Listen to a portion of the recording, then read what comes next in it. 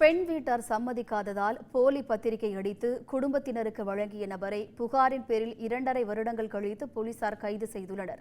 அந்த சம்பவம் குறித்து தற்போது காணலாம்.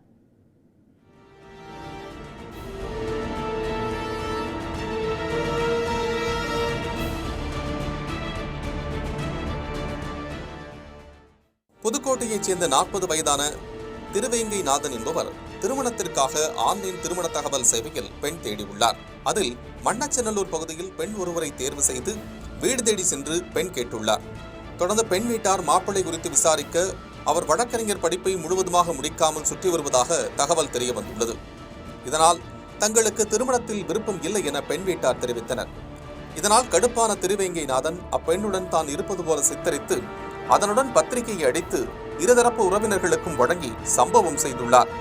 இதில் ஆத்திரமடைந்த பெண் வீட்டார் மண்ணச்சநல்லூர் காவல் நிலையத்தில் புகார் அளித்தனர்.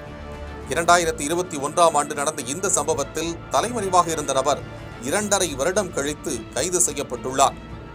அவரிடம் போலீசார் நடத்திய விசாரணையில் அந்த பெண்ணை உறுதலியாக அவர் காதலித்ததும் அதன் காரணமாகவே இப்படி இறங்கியதாகவும் தெரிவித்துள்ளார். இதையடுத்து அவரை திருச்சி நீதிமன்றத்தில் ஆஜர்படுத்திய போலீசார் சிறையில் அடைத்தனர். ஒரு வழியாக தொல்லை தந்தவர் கைது செய்யப்பட்டதால் பெண் வீட்டாரும் நிம்மதியடைந்தனர்.